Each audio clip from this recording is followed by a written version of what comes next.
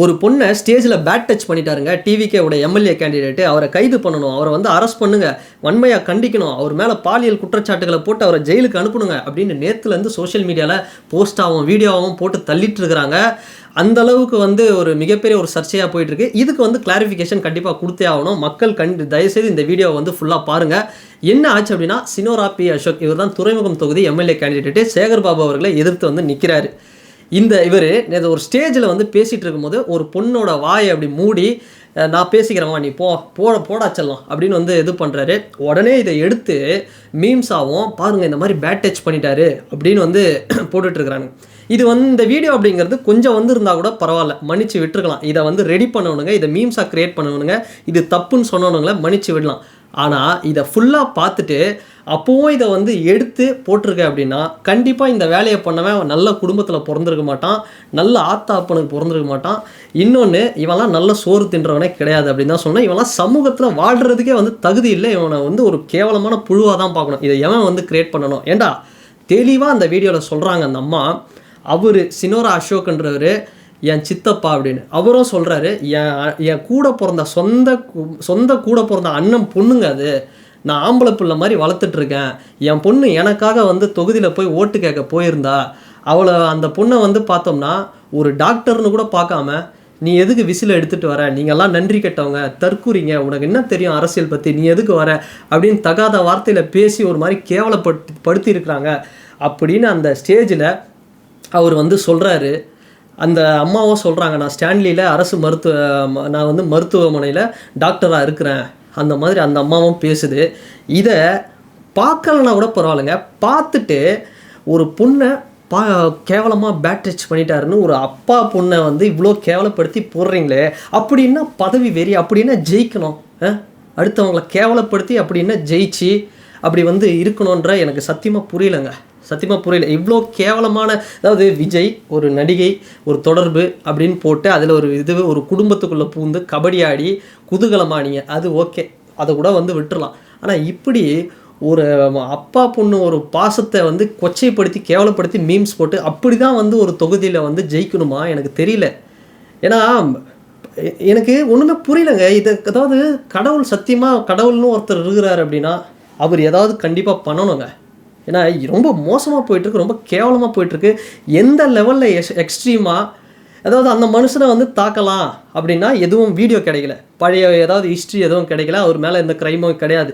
அதனால் என்ன பண்ணலாம்? போடு, தன் சொந்த மகளே வந்து அவர் தப்பாக இது பண்ண மாதிரி ஒரு சித்தரித்து காட்டுறீங்களே, என்ன அப்படி ஜெயிச்சு என்னங்க பண்ண போகிறீங்க? எனக்கு ஒன்றும் புரியல. அப்படி என்னங்க அந்த ஒரு பதவி?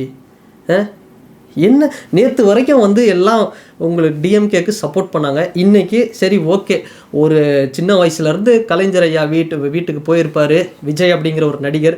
சின்ன வயசுலேருந்து அவரை பார்க்குறீங்க, உங்களை எதிர்த்து ஒரு கேண்டிடேட்டாக நிற்கிறார், நேர்மையாக தானே நிற்கிறாரு. இல்லை இப்போ நார்த் இந்தியாவில் வந்து பிஜேபி பண்ணுற மாதிரி ஏதாவது ஒரு அடக்குமுறை பண்ணி ஒரு ரவுடிசம் பண்ணி அப்படிலாம் வந்து பண்ணி ஏதாவது பண்ணுறாங்களா? நீங்கள் சகோதரத்துவம் பேசுகிறீங்க, சமத்துவம் பேசுகிறீங்க, எல்லாருக்கும் வந்து சமம் அப்படின்னு சொல்லக்கூடிய, எல்லாருக்கும் எல்லாம் சொல்லக்கூடிய ஒரு திராவிட சித்தாந்தம்.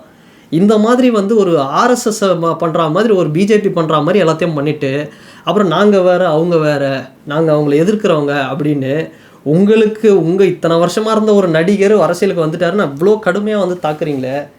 நம்ம என்ன இனிமேல் டிஎம்கே வந்து பிஜேபியை வந்து குறை சொல்கிறதுக்கு என்ன வந்து ஒரு குவாலிஃபிகேஷன் இருக்குது? எனக்கு சத்தியமாக புரியலைங்க. ரொம்ப நாளுக்கு நாள் வந்து மோசமாக போயிட்டுருக்கு. எதிர்த்து கேள்வி கேட்க முடியல. ஒரு சர்வாதிகாரம் அவ்வளோ ஒரு மோசமாக வந்து இருக்குது சூழல். இதுக்கெல்லாம் வந்து ஒரு நியாயமே கிடையாதா? ஏன் இப்படி பண்ணிகிட்ருக்குறாங்க? கண்டிப்பாக வந்து இந்த வேலை அப்படிங்கிறவர் நான் வந்து நம்புகிறேன். அமைச்சர் சேகர்பாபு அவர்களுடைய ஒரு சிலர் யாரோ வந்து ஏதோ ஒரு 10th 12th லேயரில் இருக்கிறவங்க இந்த வேலையை பண்ணியிருக்கலாம். ஆனால் அவருக்கு இந்த விஷயம் கண்டிப்பாக வந்து தெரியணும். தெரிஞ்சு இதை வந்து ஏதாவது ஒரு ஆக்ஷன் எடுக்கணுங்க. இந்த மாதிரியெல்லாம் யார் வந்து பண்ணிகிட்ருக்கிறா, இந்த மாதிரி யார் வந்து அவங்கள மிரட்டினா, இந்த மாதிரி மீம்ஸ் எல்லாம் க்ரியேட் பண்ணாதீங்க தயவுசெய்து அவர் ஒரு வார்த்தையை சொல்லணும்.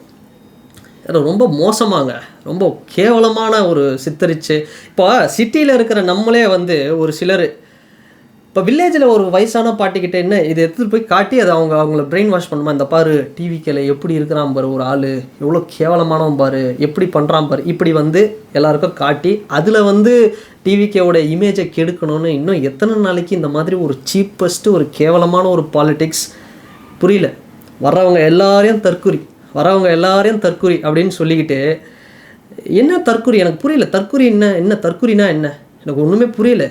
யாரை கேட்டாலும் நீ படிக்காத தற்குறி, உடனே ஒருத்தர் படிச்சிருந்தாங்க நீ படித்த தற்குறி, விஜய்க்கு சப்போர்ட் பண்ணாலே வந்து தற்குறி. எதுக்குங்க இவ்வளோ கேவலமான ஒரு விமர்சனத்தை? ஏங்க நேற்று வரைக்கும் டிஎம்கேக்கு சப்போர்ட் பண்ண வரைக்கும் 2024 வரைக்கும் சப்போர்ட் பண்ண வரைக்கும் எல்லாம் நல்லவங்களாக இருந்தாங்க தமிழ்நாட்டில். இன்றைக்கி விஜய்னு ஒருத்தர் பின்னாடி போய் நின்னா உடனே வந்து தற்குறி ஆகிட்டாங்கன்னா என்ன தான் அப்போது? ஒன்றுமே புரியல. இதுக்கு வந்து எங்கே போய் முடிய போகுது எனக்கு சத்தியமாக தெரியல. கண்டிப்பாக வந்து இதுக்கான ஒரு ரிசல்ட் அப்படிங்கிறது எலெக்ஷன் ஏப்ரல் 23 மக்கள் வந்து ஒரு சரியான பாடம் வந்து புகட்டியே ஆகணுங்க. ஏன்னா ஒரு எல்லை மீறி போயிட்டுருக்கு. எதுக்குமே வந்து ஒரு எல்லை இருக்குது. எல்லாத்துக்குமே வந்து பார்த்தோம் அப்படின்னா போட்டு எந்த சான்ஸ் கேப்பு கிடைச்சாலும் எல்லாரையும் போட்டு ஒரு அடக்குமுறை பண்ணலாமா, ஒரு கேவலப்படுத்தலாமா, கொச்சைப்படுத்தலாமா அப்படிங்கிற மாதிரி தான் ஒரு அரசியல், ஒரு அறமில்லாத ஒரு அரசியல் வந்து போயிட்டுருக்கு. சத்தியமாக வந்து சேகர்பாபு ஐயா இதுக்கு ஒரு ஸ்டெப்பு எடுக்கணும். இந்த மாதிரியெல்லாம் மீம்ஸை க்ரியேட் பண்ணாதீங்கடா அப்படின்னு சொல்லணும். இல்லையா இதுக்கான ஏதாவது ஒரு ஸ்டெப்பு வந்து பண்ணணும். இதெல்லாம் வந்து ரொம்ப தப்புங்க. இது ரொம்ப அநியாயம், ரொம்ப தப்பு. இத்தனைக்கும் அந்த மனுஷன் வழக்கறிஞர். அவர் வந்து 45 ஆண்டு காலம் வந்து ரஜினிகாந்த் அவர்களுடைய ரசிகர் இதில் இருக்கிறாரு. மன்றத்தில் மிகப்பெரிய ஒரு பொறுப்பில் இருக்கிறார். அப்பேற்பட்ட ஒரு மனுஷன், நல்ல மனுஷன் அவர் எவ்வளோ நல்லது பண்ணியிருக்கிறார் அந்த இடத்துல. அப்பேற்பட்டவரை ஒரு நேர்மையாக எதிர்க்க முடியாமல், நேர்மையாக வந்து ஒரு வேறு மாதிரி கூட திட்டிட்டு போயிடலாம். அந்த ஆள் ஒரு வேஸ்டியா அப்படின்னு கூட நீங்கள் கேம்பெயின் பண்ணும்போது சொல்லிட்டு போகலாம். ஆனால் தன்னுடைய மகளுக்கும் அவருக்கும் வந்து ஒரு மோசமான ஒரு மீம்ஸை போட்டு கேவலப்படுத்தி வைக்கிறீங்க பார்த்தீங்களா?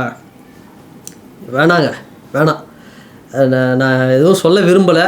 இதுக்கான ரிசல்ட் அப்படிங்கிறது இப்போ நடக்க போகிற எலெக்ஷனில் தெரியட்டும். ஏப்ரல் முடிஞ்சு இந்த மே 4ஆம் தேதி ரிசல்ட் வரும்பொழுது என்னவோ அது தெரியட்டும். ஸோ அதனால் மக்கள் நீங்கள் புரிஞ்சுக்கணும், எல்லார் மேலேயும் வந்து என்னென்ன அவதூறுகள் வந்து இப்படி தான் ஒன்றும் வந்து பரப்பப்படுது. எனக்கு ஒன்றும் புரியலைங்க. நான் நல்லா ஒரு விஷயம் கவனிங்களேன்.